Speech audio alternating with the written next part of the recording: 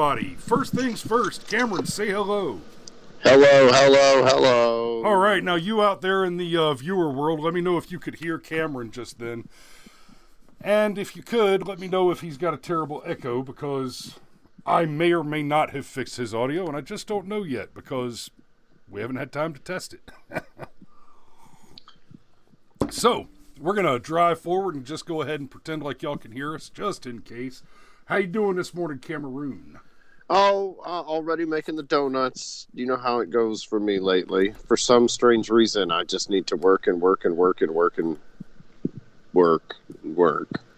Danny says we hear him, no echo. Fantastic. Hey, Danny, I'm going to need you to keep your earballs open, and when we switch over to the article view, hopefully we'll have the same result. Just let me know if that's the case or not. And thanks for being with us this morning. So far, we've got Danny and James Royster in the comments. Great to see you guys. James, I appreciate you following us over here from Just for Fun Radio. And I hope, and Danny, I know you're a fan of old DJ Scotty too, and he certainly sings y'all's praises on his show as we do here.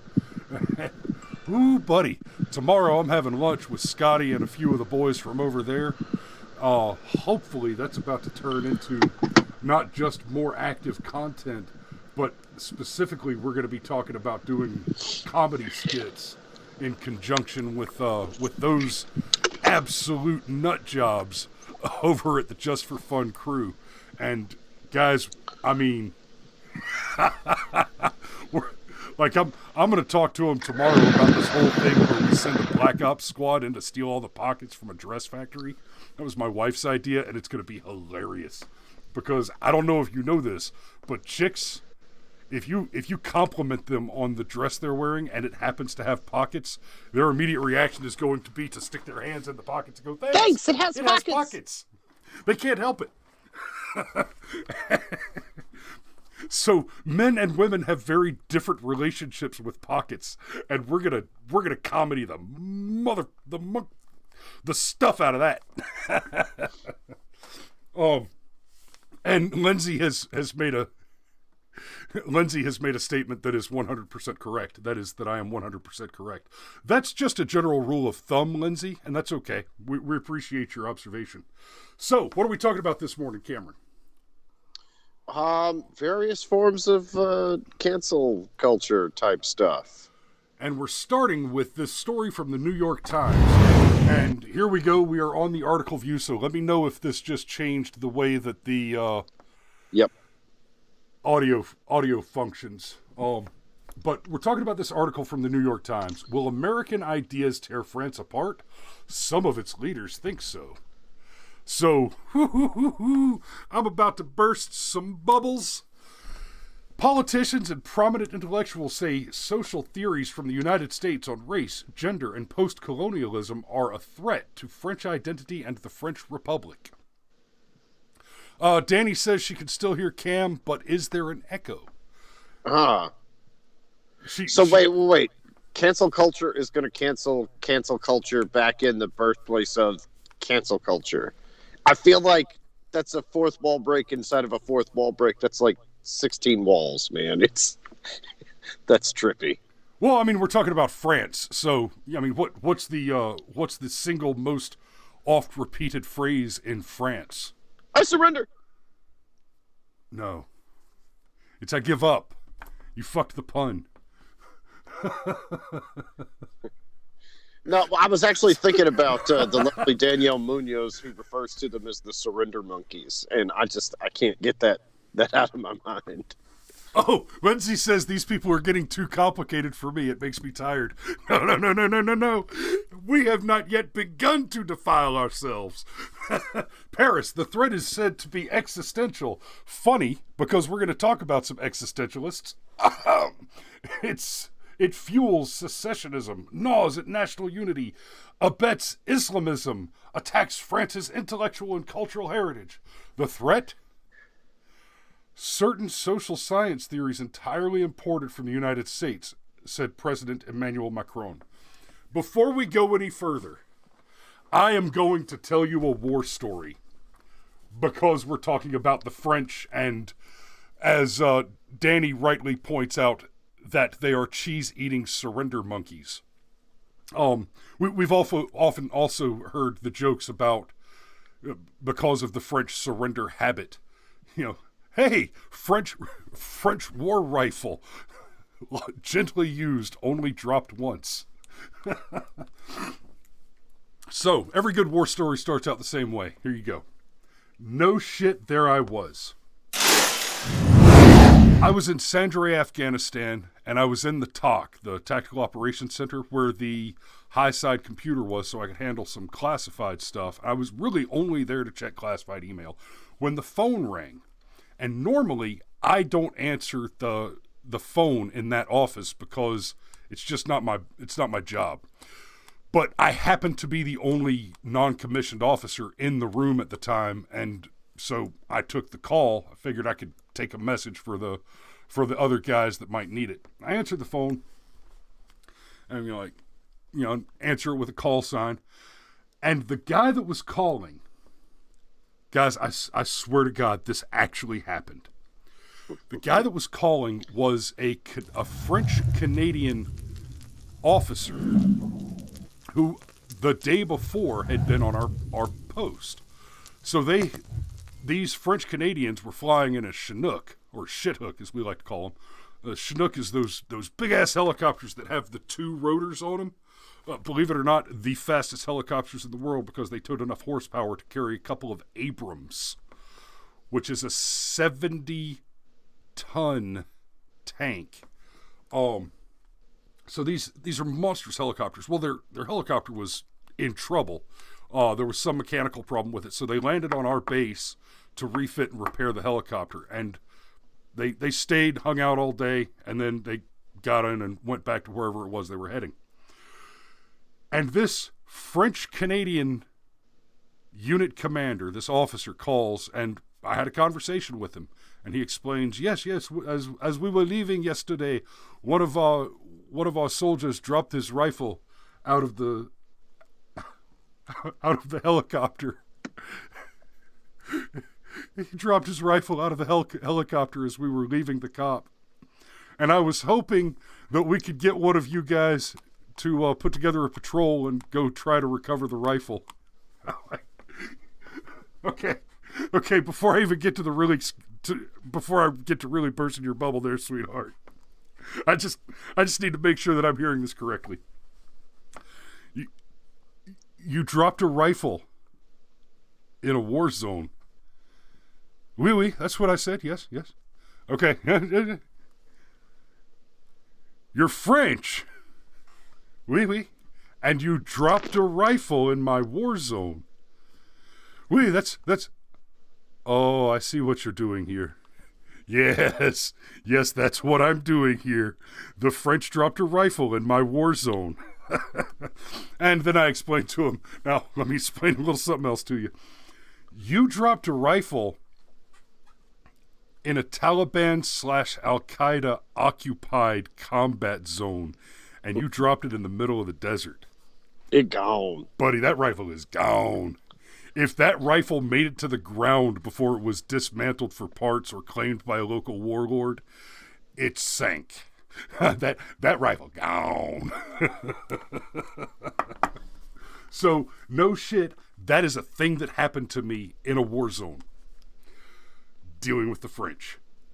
And those sons of bitches were allowed to have a glass of wine every day. Now, since I'm beating up on them a little today, I will say I will give them a little positive reimbursement. The Canadians had an outpost on Kandahar, which happened to have a Tim Hortons Donuts on it, and that was right at 5 miles from the Chew where we were staying whenever we were on that camp to refit and resupply. Kandahar's a giant NATO air base. So when we were out in the tiny little cops out in the sector, we would have to go back to Kandahar to refit and whatnot. And when we were there for PT, we were there for a few days. We were there for PT.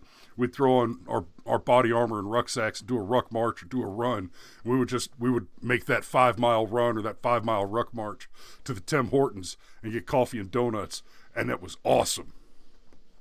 And it's a hell of a thing for Fat Boy to say that those donuts and coffee were worth the 10-mile round trip on foot. But yeah, totally. I don't know if I'd do it today, but but back then, definitely worth it. So, here is what I have to say about France being concerned with America exporting cancel culture. It's your fault. France, this is all your fault. In fact, I'm almost tempted to go so far as to say that we should consider the production of philosophers like Sartre, de Beauvoir, and Foucault to be war crimes of substantial inhumanity. Now, Cameron, you are not a philosophy student. You are not a philosopher by trade. You don't have a deep education in the material. I do. I literally took all the philosophy they had at the college. I had to make up philosophy classes and run them through the college system so that there would be more philosophy for me to take. When they ran out of philosophy, one of the things I did is I said, okay, I'll just spend a semester consulting with one of the professors who's a doctor of philosophy, and I will recondense one of the Platonic dialogues into a comedy skit in the style of damn it, not Amos and Andy, not Laurel and Hardy, Abbott and Costello, and produce a short film out of it. I had a blast doing it. It was one of my first short films. I was in that short film. Yeah, Cameron played Euthyphro, while my Uncle Steve, at his, to his substantial and everlasting despair, attempted to play Socrates.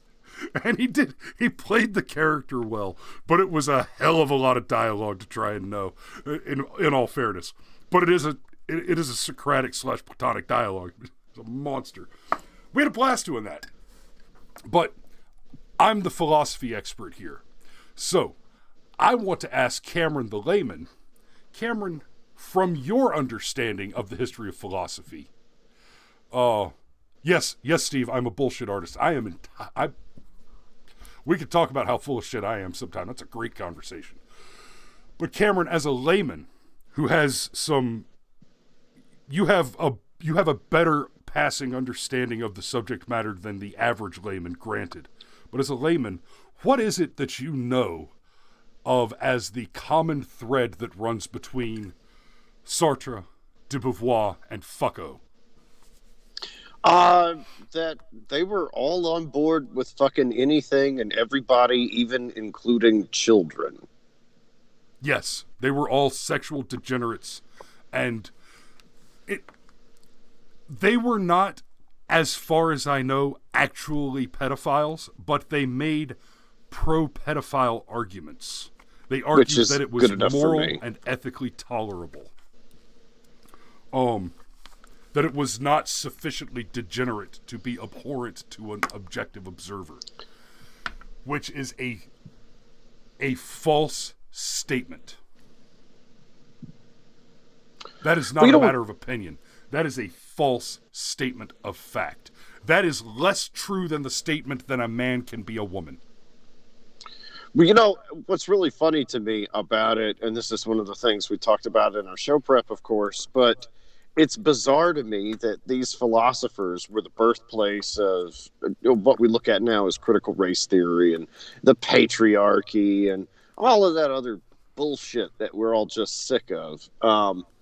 And it's funny that they they created a set of rules for the world. And so, oh, look, we figured out the secret code for the world. And the secret code for the world is that there's all these power imbalances in the world. And that, gosh, it's systemic and it's awful and it's terrible. And everything you think is good is bad and everything you think is bad is good. And so because there's always a power differential, always, well, that just gives you an excuse to have sex with anybody and everybody that you want. If you have sex with a kid, what's it matter? There's always a power differential anyway. And it's pretty disgusting. That's right. A bad mall Santa raping a 6-year-old is exactly the same morally and ethically as Bill Clinton having sex with, what's her face? Monica Lewinsky. It's morally equivalent. He did have sex with her face, if I remember correctly. Yes, he did. And so, yeah, according to Sartre, Beauvoir, and Foucault, those two things are morally not equivalent, identical. Yeah, totally. No difference. You know, and it's really funny because the cheese-eating surrender monkeys started all this bullshit. In fact, what's funny is we had our revolution, and then like a couple of decades later, France went, "Hey, that's a cool idea," and then they did it terribly wrong and decided to become a socialist country instead of a like God-fearing capitalists. And so then they produce these philosophers, right? They export this bullshit philosophy. It infects our campuses and everything. And then here we are.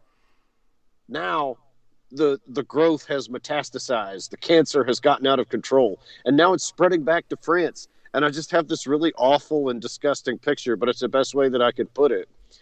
You get chlamydia from a hooker, right?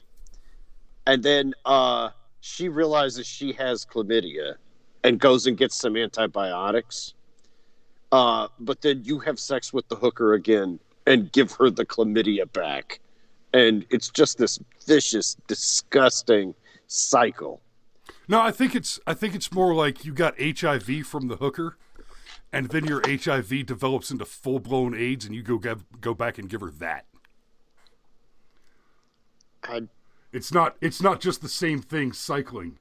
It's getting constantly worse. And we just lost Cameron, so we'll switch back over to me, which is awesome because I get to just be right and he doesn't have a rebuttal. Oh, well, that's less amusing. So, in just a moment. Well, then I'll just switch to the emergency backup, Cameron. And, you know, I don't think that joke's ever going to get old. And I'm glad you're having video trouble right now because I got the chance. It gives me the opportunity to switch back to the emergency backup, Cameron, who's wearing a bow tie, which is especially appropriate since we're having a philosophy conversation. I should get like one of those clip-on bow ties, and whenever we start talking philosophy, clip it to my beard. Just like right at the end of the beard. Whoop, whoop, whoop. I think you're frozen. Anyhow, you're actually sitting that still. Wow, I'm moderately impressed. Yeah, I'm Drax the Destroyer.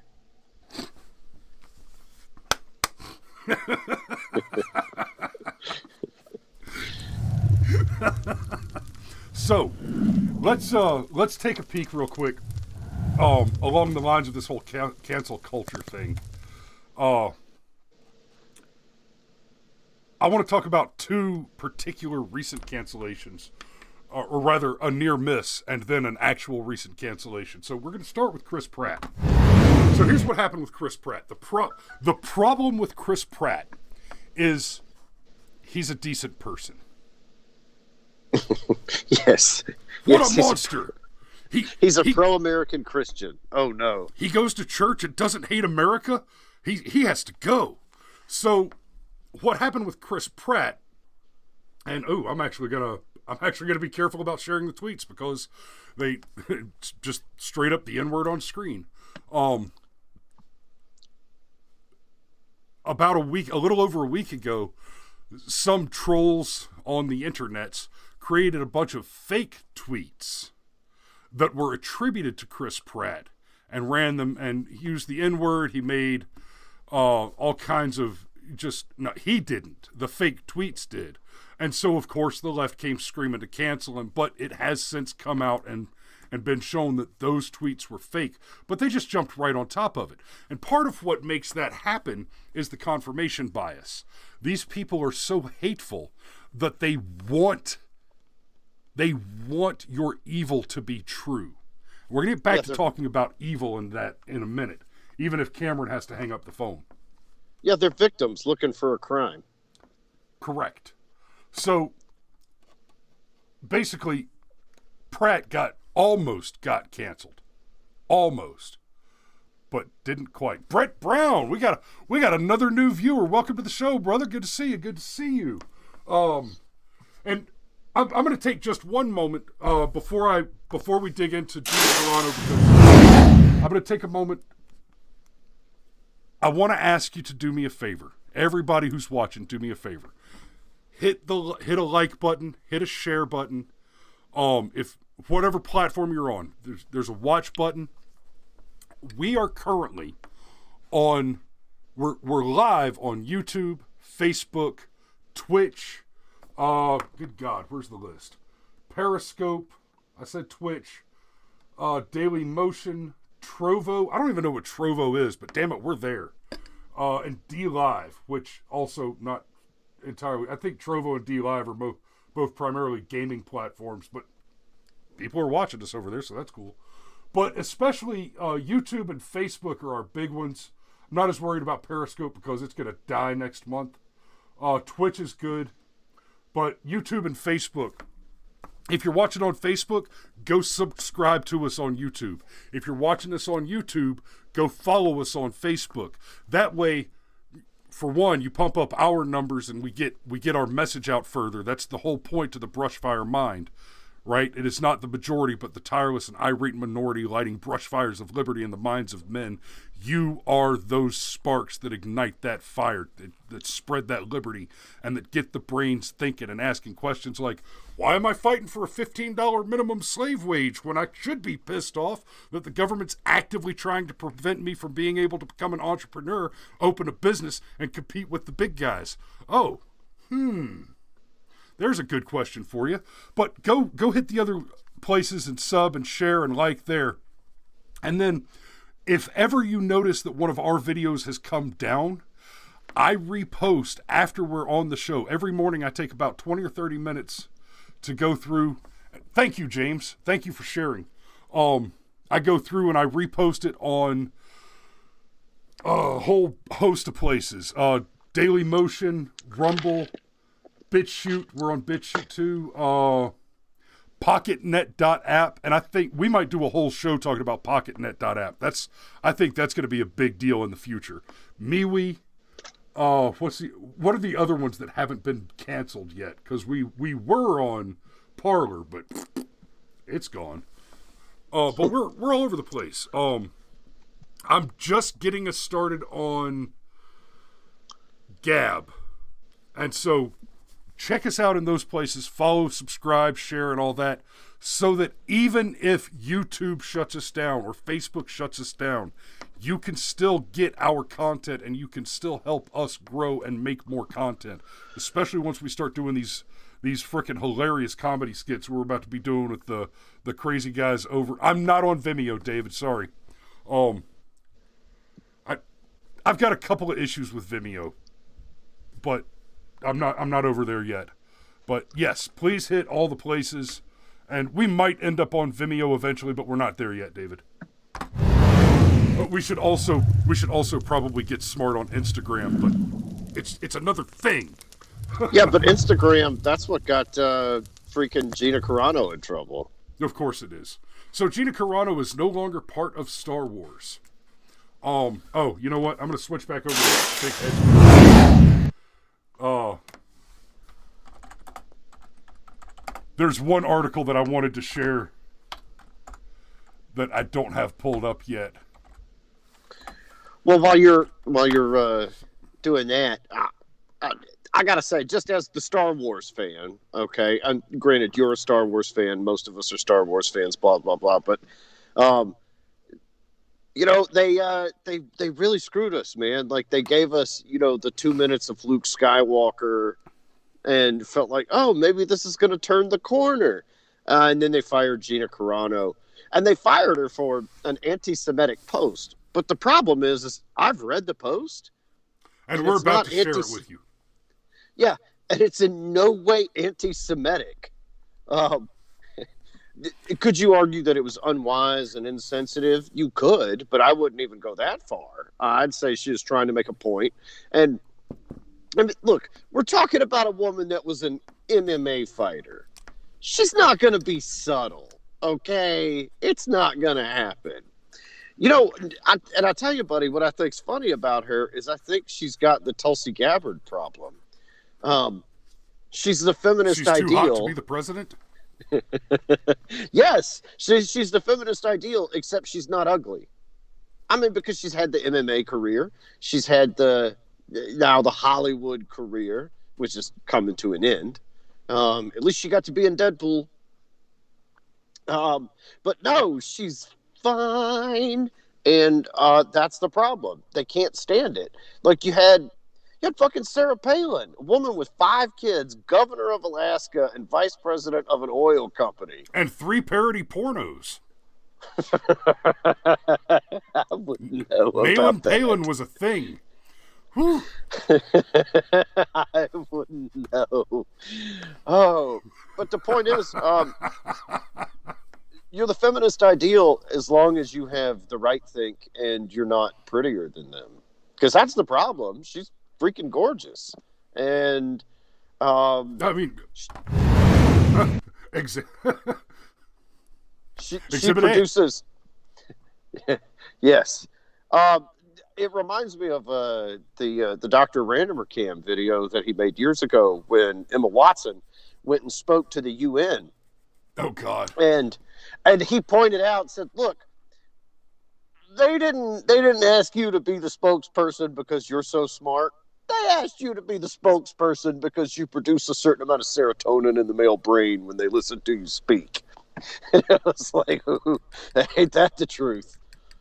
So they can't let somebody like her have a platform and be in the public eye because she might make people think the wrong thing. Yeah, so here's an article from my favorite newspaper that is always factual in their reporting, the Babylon Bee. Toxic masculinity. Star Wars fans threatened by strong, independent, free-thinking woman. I know, right? Isn't that the hilarious part of it? I don't think she was canceled by Star Wars fans. No, she was canceled by Disney. I think she was canceled. No, Disney fired her. That's the people. Yes, Disney. I see what you fired mean. her, but she wasn't canceled by you and I. Right, she was canceled by woke Mandalorian fans. You see, The Mandalorian is not Star Wars per se. And here's the distinction. Star Wars fans, by a wide margin, like Cameron and I hated the 3rd trilogy. I didn't even see the 9th movie, and I still refuse to. It's available to me for free in like 4 different formats on streaming services, wherever. But I still refuse to watch it because I was so disgusted, especially by the 2nd Disney Star Wars movie, between Admiral Gender Studies, the diversity hire, and just the whole frickin' Vegas planet bullshit. I mean, it was just painful to sit through, and I will not subject myself to that level of continued failure. But Cameron and Cade and a few others sang the praises of The Mandalorian. And so I got Disney Plus, and I'm going to keep Disney Plus because they've got all my favorite 80s and 90s Saturday morning cartoons that I want my kids to watch instead of that garbage on Netflix like Big Mouth where they're not just wagging genitalia in your face, but the characters are basically just a bunch of dicks taped together.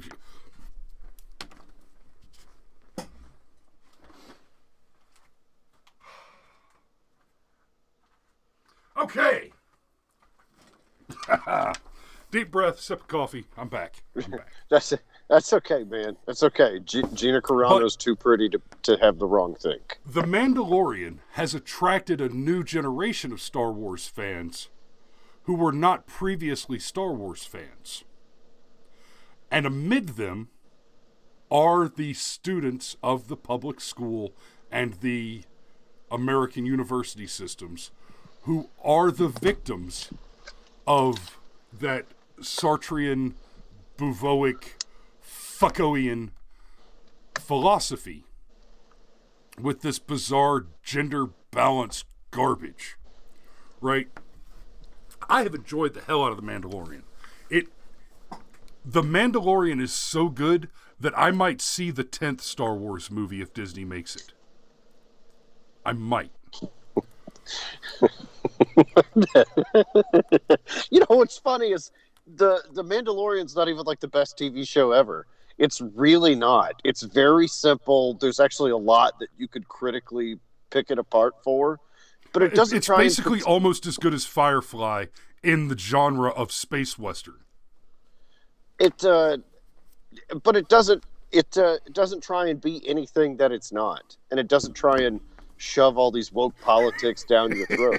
It just tries to be a fun little Star Wars show. In fairness, when your genre is space western, not trying to be anything you're not, still covers a pretty wide gambit.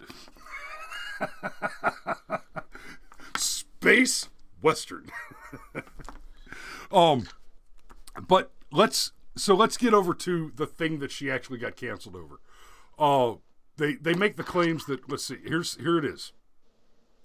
And this isn't something she tweeted. This is something she retweeted, apparently. It was tweeted out originally by the Warrior Priest Jim podcast. And the point they're making is not about... They're not making the claim that Nazis aren't bad or that Jews were not hurt by Nazis. It says, the claim says, Jews were beaten in the streets, not by Nazi soldiers, but by their neighbors, even by children. Because history is edited, most people today don't realize that to get to the point where Nazi soldiers could easily round up thousands of Jews, the government first made their own neighbors hate them simply for being Jews. How is that any different from hating someone for their political views? Okay. First they came for Alex Jones. And I said nothing because I wasn't Alex Jones. Etc., etc., etc. And when they came for me, there was no one left to defend me. This isn't complicated. And let's be clear. The claim that is being made against Gina Carano in this is that she made an anti-Semitic statement. That claim is false. Disney has fired her over a lie. To make the claim that this statement is anti-Semitic is to essentially and entirely misunderstand the meaning of the word anti-Semitic. Nothing in this statement is against the Jews, is disparaging of the Jews, suggests that the Nazis were correct to do what they did. None of that is said here. What is said here is essentially that the Nazi Party was able to build by degrees a slow frog boil effect where they made the German people accept the evils that the Nazis wanted to do before they did the evils they did. First it was, we have a problem with tuberculosis in the factories, so we're going to use Zyklon B to clean all the pests out of the factories, to exterminate all the rats and insects so that the tuberculosis doesn't spread. Because Hitler was obsessed with cleanliness. He washed his hands constantly. He was obsessed with cleanliness. He talked about the government, the country, and the people, the German people, as a body, right? And when it finally came to the real terrors of the Holocaust, he talked about the Jews as if they were an infection in the body of the people that needed to be cleaned out. The pesticide that was used to clean out the factories to protect the people, and this was a good thing. This was a good result. They used the Zyklon B to eradicate the pests that were carrying disease and infecting humans in factories where they worked. But then later, when it came to the concentration camps and the famous Auschwitz showers, it was the same pesticide. He still used Zyklon B. And it's because, as far as he was concerned, the Jews and the rats were not different. If you've seen Inglourious Bastards, at the beginning of the film, there's the Nazi that goes and talks to the French dairy farmer, and the French dairy farmer is hiding the next door neighbor Jewish family under the floorboards. And the Nazi soldier talks about how the Jews are rats and the Nazi is a hawk. The other Nazis are hawks, but he's a wolf, something like that. The regular Nazis, they just look down from up high. They don't know where to look, but I know where to look. I know how a rat thinks. I know where they hide. And he's making that comparison. He's describing the Jews as rats. You think back to American personalities. Louis Farrakhan. I don't hate Jews. I hate termites. He calls them termites. That's anti-Semitism. That's people who hate Jews. Yeah, and pop quiz. Who's had their picture taken with Barack Obama? Gina Carano or Crazy Louie? Honestly, it wouldn't surprise me if it was both of them, but I know Louis Farrakhan has. Yes, that was my point. No shit. Y'all should go listen to some Louis Farrakhan speeches. Yeah, like seriously. I mean, like, roll yourself a joint like this big, sit back in an easy chair, and just let your brain turn off. Because this guy is fucking nuts, man. If you go spend an hour or two listening to some Louis Farrakhan, and then after that, you think that Alex Jones sounds crazy. I mean, Alex Jones is Ben Carson compared to Louis Farrakhan. To be fair, sometimes Alex Jones does sound crazy, but Louis, and he's got that sing-songy preacher voice that he delivers all of his rhetoric in. Yeah. Ooh. So. I just saw the time, buddy. I'm gonna have to. All right, brother. Got to do that thing. We will see you next time. Yes, sir. And that leaves it with just me. So, here's what I want to kind of wrap up on. And I'm not going to keep you here much longer. But thank you so much, everybody, for tuning in. We've had a pretty good audience today, pretty good turnout, and pretty good comments section. I appreciate the hell out of you guys. Love you. Understand that the left and the right think about one another differently. When the right makes arguments against leftist policy positions, we are charitable to a degree. And I'll use the Fight for 15 example. When a conservative looks at the argument from the left that we should give everybody a living wage, they call it a living wage of $15 an hour, a conservative mind that has any mind that has an understanding of economics says, now hold on a minute, if you raise all the lowest wages up to $15 an hour, that's practically the same as just lowering all the wages. Actually, it would be better. This would be going down the rabbit hole a little bit. It would be better for everyone if we were to lower the minimum wage. That's probably the only thing that could be done to retard inflation and restore value to the dollar as a buying instrument. But the conservative mind looks at that and understands, no, if you raise everybody's wage to $15 an hour, that means that you increase the individual cost of labor which means you increase the cost of products that are produced by labor. So if you're making $15 an hour when you were used to making $10 an hour, but suddenly your rent goes from $500 to $750, that's not, you didn't get a raise. Your money's worth less. You're actually accruing the same amount of wealth, and your money is less valuable. And the conservative mind understands that and looks at the liberal, looks at the leftist, and sees, okay, there's one of two possibilities here. Either you actually understand how economies work, in which case your push for 15 must be malevolent, because if you understand how economies work, then you cannot help but understand that the result is a negative one.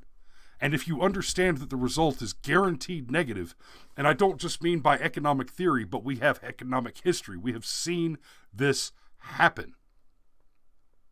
We've seen it happen in many, many places. You push that, you increase the minimum wage, people will lose their jobs, not just because the employers can't afford to pay them, but because some people are not worth $15 an hour. Some people are not worth the current minimum wage. If you don't have any skills at all, you are not worth minimum wage. If you have the skill to flip a cheeseburger, now you're worth minimum wage. If I have to hire you at minimum wage and then train you to flip a cheeseburger so that you're worth minimum wage, it cost me money to hire you. So you weren't worth that money to begin with. I had to put in extra money to bring you up to that value. Right?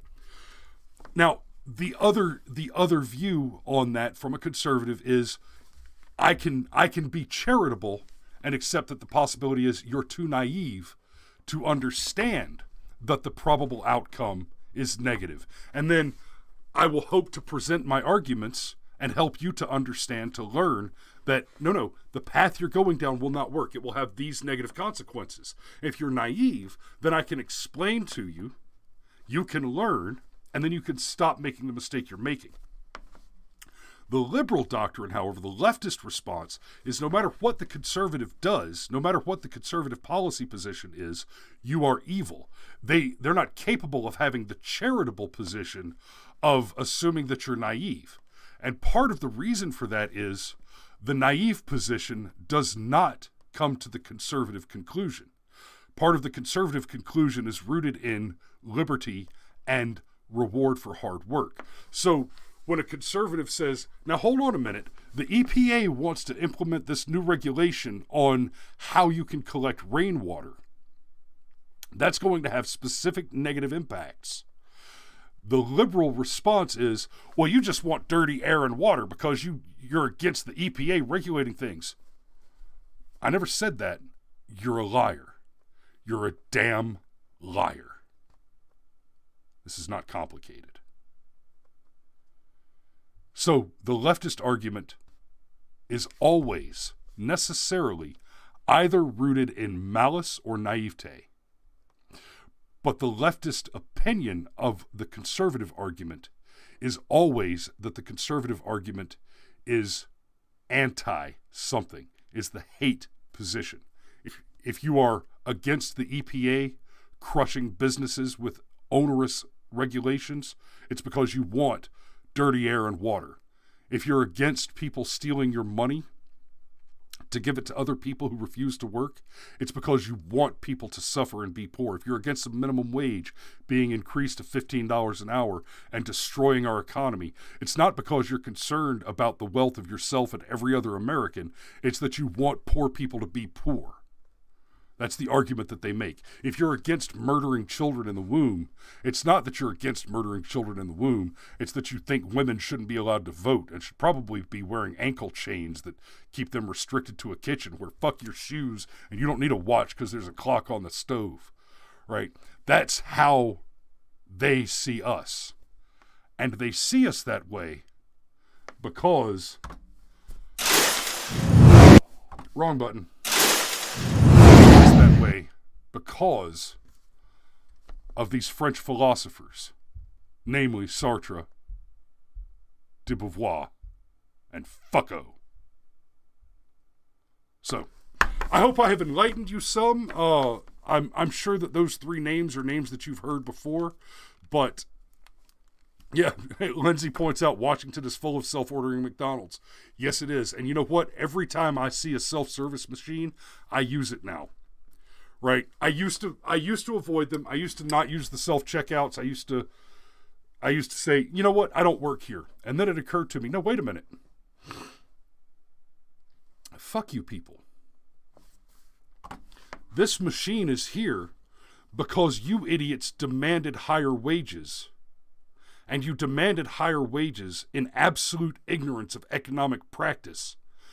Your demand for higher wages has increased the cost of my products and services, has increased the prices that I have to charge my clients, which cost me money by costing me clients. You hurt me, and you hurt the business that you work for with this whole Fight for 15 thing. And that's how these self-service kiosks got installed in the first place, is these companies are trying to figure out a way that they can stay in business even despite the onerous regulations and requirements placed on them by our now tyrannical government. And I don't mean our government is tyrannical because Joe Biden's the president. This has been going on for a while. Right? This predates Obama. Obama and Biden were just more symptoms of the same cancer, the Foucaultian cancer. So I make it a point to use those machines. And the more we use those machines, the more the less adequate will be employed. Fuck them.